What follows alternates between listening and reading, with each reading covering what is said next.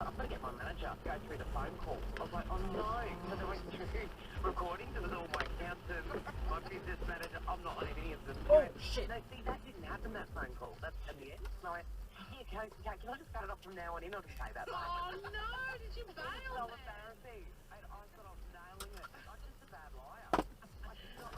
Oh my. Like, it was Yeah, my he heart. could do.